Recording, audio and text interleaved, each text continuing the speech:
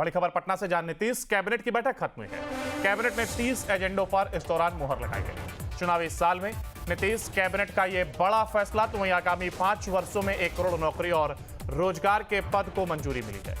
रोजगार को लेकर के नीतीश सरकार का सबसे बड़ा यह फैसला, यहां पर 5 वर्षों में 1 करोड़ नौकरी और रोजगार के पद को मंजूरी। तो वहीं इसके साथ ही नीतीश कैबिनेट की एक और जहां ये बैठक खत्म हुई, तो वहीं कई एजेंडे ऐसे जिन पर मुहर लगाई गई। 30 एजेंडे ऐसे जिन पर मुहर लगाने का काम नीतीश की कैबिनेट में हुआ है। चुनावी साल में नीतीश कैबिनेट का यह बड़ा फैसला, आगामी 5 वर्षों में 1 करोड़ नौकरी दी गई और रोजगार को लेकर के नीतीश सरकार का यह सबसे बड़ा फैसला रहा है। तो एक और जहां कैबिनेट की बैठक खत्म हुई है, वहीं नीतीश कुमार की अध्यक्षता में यह बैठक खत्म हुई। इसके साथ ही रोजगार को लेकर के नीतीश सरकार ने एक बड़ा फैसला और आगामी 5 वर्षों में 1 करोड़ नौकरी और रोजगार के पद को मंजूरी। पटना से यह जानकारी, जहां कैबिनेट ने 30 एजेंडों पर इस दौरान मुहर लगाई है।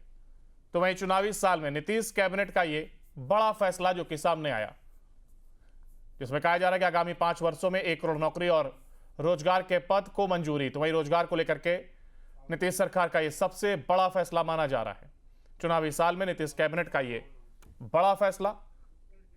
और जरा जानकारी के लिए हमारे साथ हमारे संवाददाता उत्कर्ष हमारे साथ जुड़ गए।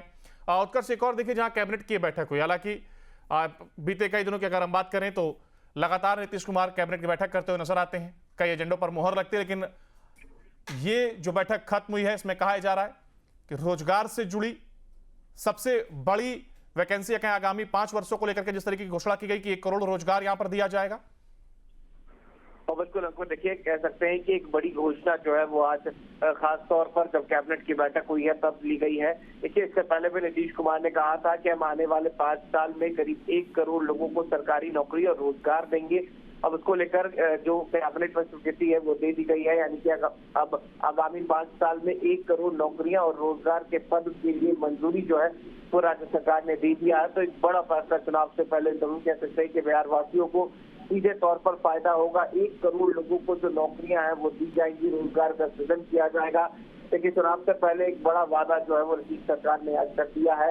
इससे पहले भी धार्मिक स्थलों को लेकर जो है वो नीतीश कुमार ने कहा था कि उसका पुनर्विकास होगा, खासतौर पर पुनौरा धाम का, और पटना माफ करे गया के बुद्ध गया मंदिर का भी होने वाला है। हालांकि इसके बाद महिलाओं के लिए भी कई कार्य नीतीश कुमार ने किए, लेकिन आज जब ये बात साफ हो गई है, जब नीतीश कुमार ने ये कह दिया है कि आगामी 5 साल के अंदर जो 1 करोड़ लोग हैं उन्हें रोजगार दिया जाएगा, तो सीधे तौर पर ये लोगों को फायदा होने वाला है।